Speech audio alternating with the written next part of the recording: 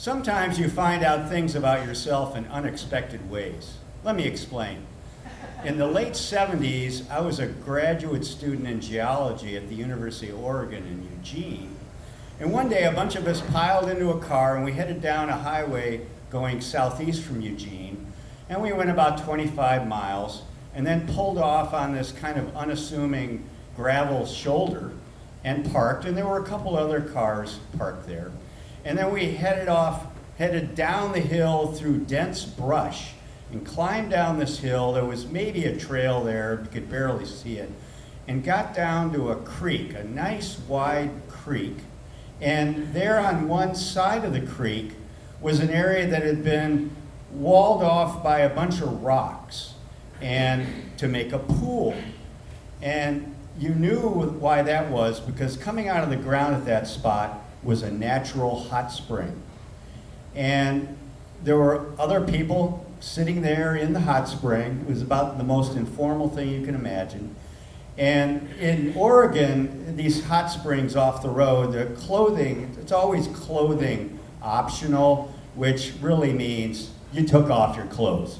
So we stripped naked and eased into this nice warm pool with these perfect strangers and had a lovely conversation. And I was just sitting there going, you know, this is just the coolest thing. Here I am studying geology at Oregon. We're right in a chain of active volcanoes, and you know, this isn't anything I learned in a book. I'm actually feeling that geothermal energy welling up and warming my bones, and it was great. It was kind of visceral science. Well, I made another scientific discovery while I was sitting there in the pool that was also rather delightful. I discovered that the density of the female breast is less than 1 gram per cubic centimeter. In other words, they float. So that was great, but then we had another experience that was even better, and this time you really had to earn your way to the hot springs. It wasn't just off the road. And I was hanging out with a bunch of people, and they had a couple of traditions, and one of them was over Thanksgiving weekend, we would go out to Hart Mountain and go hiking up to a hot spring at the top of the mountain. Now, Hart Mountain is in the middle of the Basin and Range, and in the Basin and Range, all the mountain ranges uplifted like this. So you have a gentle side, and you have a very steep side on this, so they're shaped like that. And we started at the bottom of the steep side and hiked up a canyon going up that steep cliff. My girlfriend was with me this time, and we had backpacks on, and it was being late November. It was cold and kind of overcast, and there were actually snow flurries. And as you go up this canyon, the lava flows that exposed the mountain were just jutting out like layers, like steps. So you're climbing up these layers of dark rock, but they were dusted in snow. And the snow got deeper as we went along, and it was just gorgeous. And standing on those ledges were bighorn sheep. Well, we got up to the top. Well, remember, there's a gentle side too, so this hunting club had actually developed this particular hot spring. They put some concrete around it and built some nice walls, and so it was actually cushy. Well, but we had earned that with our sweat. So once again, clothing optional, took it all off. We all got in there, a bottle of wine started circulating around. That great geothermal heat was soaking my body again.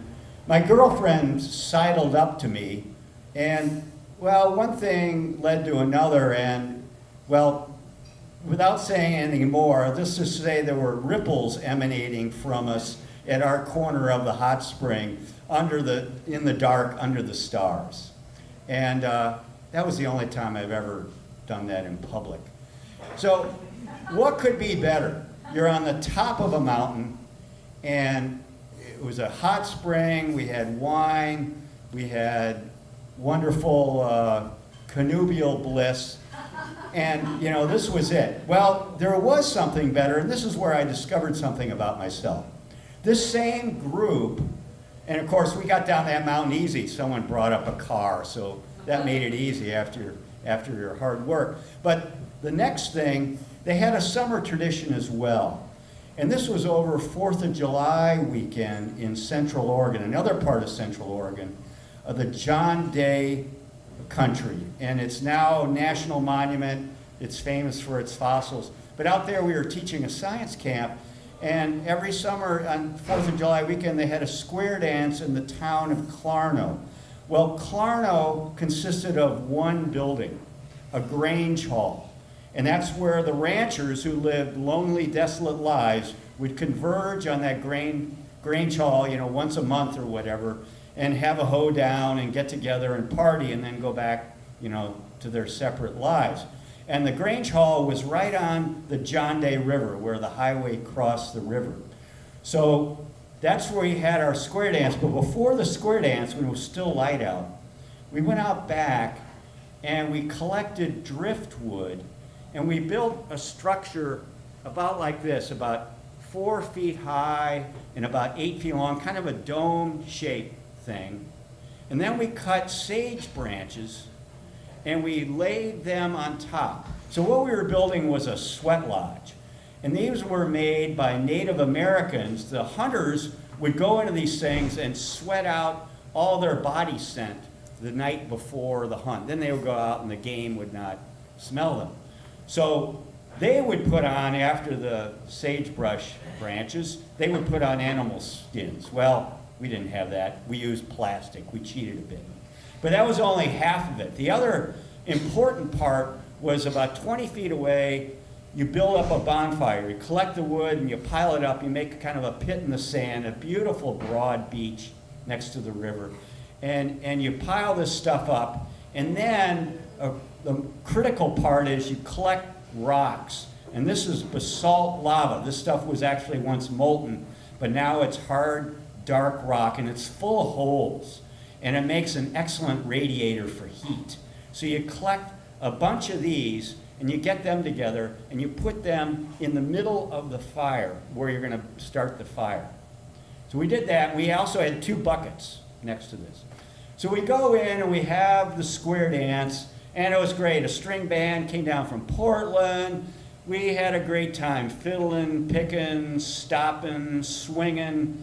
Good old square dance. And then when it was over, we repaired out back to the sweat lodge and lit the bonfire, and the rocks started glowing hot. And then it was that clothing optional thing again. Everyone stripped, and you could fit about 6 people in this little dome structure. And there was a pit in the middle, and into that center part, when the rocks were glowing hot, you took a shovel and you put them in one of the buckets.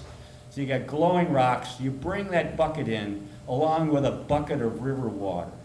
Now, this being a Native American thing, you have to tell the story of the 2 Indian chiefs who had a territorial dispute, and they settled it by going into a sweat lodge, and they were going to see who could outlast the other. So you tell a story about their negotiation, and then you accentuate your story by grabbing a handful of water and throwing it on the hot rocks, which are about 2 feet away from you. Well, the next sensation you feel, that heat goes straight up and down the sides of this thing. You feel this searing blast hitting your scalp and moving down your backside. And it's like the most excruciating thing you have ever felt.